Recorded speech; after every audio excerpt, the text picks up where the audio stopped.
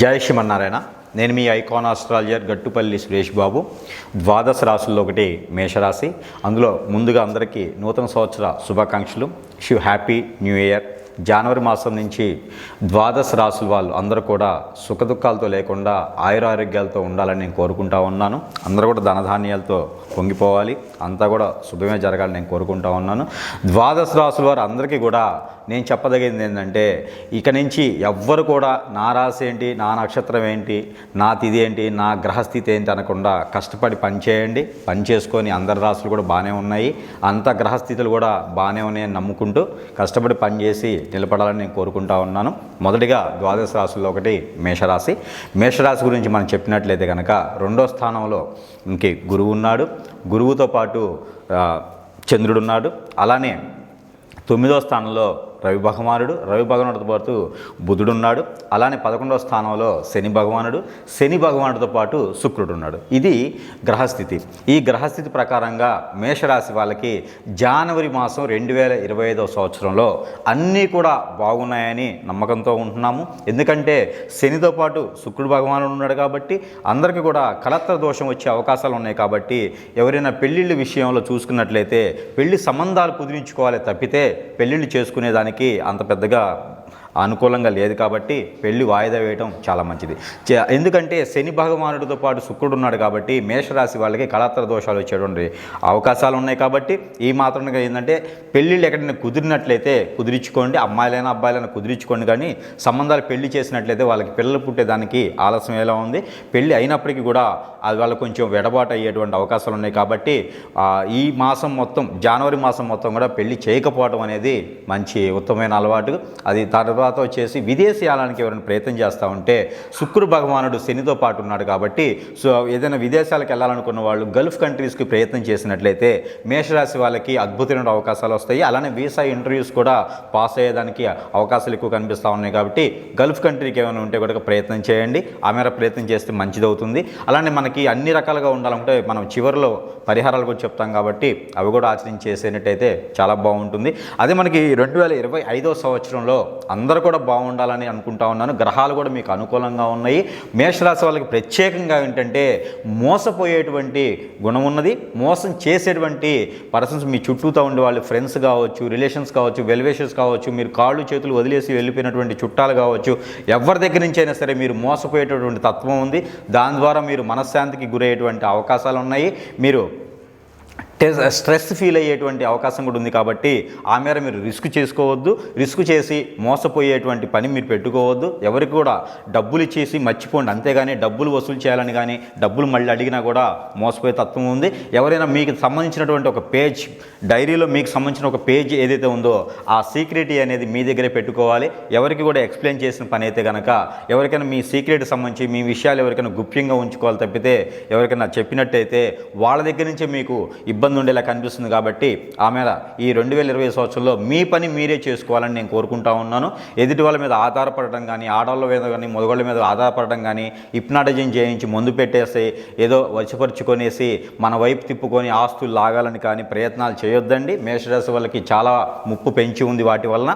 అందుకని మీరు ఏదైతే ఉంటుందో మీరు కష్టపడండి, పని చేయండి, ఫలితం పొందండి. అంతేగాని ఎదుటి వాళ్ళు ఏదో చెప్పారు, వాళ్ళు ఏదో లోన్ ఇస్తానన్నారు, ఇక్కడ ఏదో డాక్యుమెంట్ చేయమన్నారు, నాకు విదేశాలకు ఈజీగా తీసుకెళ్తానన్నారు, ఫ్రీ పాస్పోర్ట్ చేస్తానన్నారు అనే వాటిని అవి కేవలం మిమ్మల్ని మోసం చేయడానికి జరిగేటువంటి ప్రక్రియ. కాబట్టి అలాంటి వాటికి బలవద్దు. రూపాయి మీరు పెట్టినా కూడా తిరిగి రాదండి. మళ్ళీ గురువుగారు చెప్పారు కదా అని భయపడుకుంటూ ఇంట్లో కూర్చునే అవసరం లేదు. గ్రహాలన్నీ మీకు అనుకూలంగా ఉన్నాయి కాబట్టి పదే మీకు చెప్తుందంటే కష్టపడండి, పని చేయండి, ఫలితం పొందండి. అంతేగాని ఎవరో గురువుగారు చెప్పారు, ఒక 50,000 పెట్టేసి హోమం చేయించాలి, 1,00,000 రూపాయలు పెట్టేసి యజ్ఞం చేయించాలని మాత్రం ఏం చేసే అవసరం లేదండి.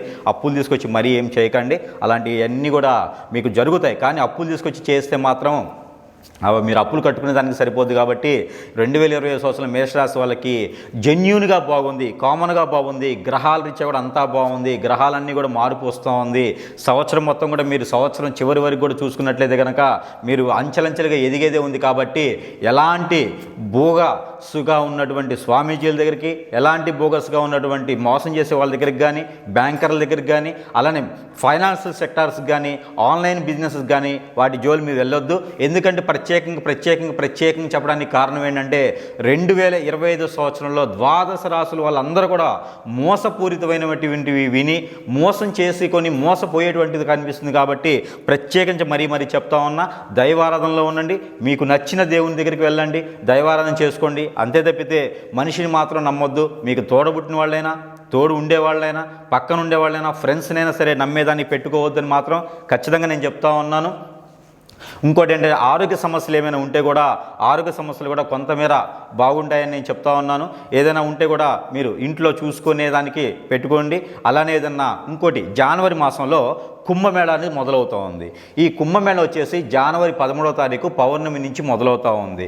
అందులోనూ ఈ పౌర్ణమి తర్వాత కుంభమేళా వచ్చేసి 45 రోజులు జరుగుతుంది. ఫిబ్రవరి 25వ తారీఖు వరకు కూడా 26వ తారీఖు వరకు కూడా ఈ కుంభమేళా జరుగుతుంది. ఈ కుంభమేళాలో 6 సార్లు రాజస్థానం అని ఉంటుంది.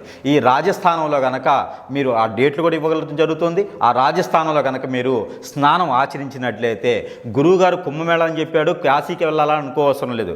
కుంభమేళా కాశీలో జరిగినప్పటికీ మీకు దగ్గరలో ఉన్నటువంటి నదీ తీరమైనా, సముద్ర తీరమైనా, కాలువలైనా లేదా కోనేరులైనా సరే మీకు సమీప దూరంలో ఉన్నటువంటి వాటిల్లో కూడా స్నానం ఆచరించడం ద్వారా ఆ ఒక పుణ్యం అనేది మీకు ఉంటుంది. అఘోరాత్ చేస్తారు కదా, ఆ నీటిలోనే స్నానం చేయాలా, ముక్కోటి దేవతలు వచ్చేసి ఆ కాశీలోనే చేస్తారు కదా, అక్కడే చేయాలా అని చెప్పేసి అవసరం లేదు. మీకున్నటువంటి స్తోమత ప్రకారంగా స్నానం ఆచరించండి.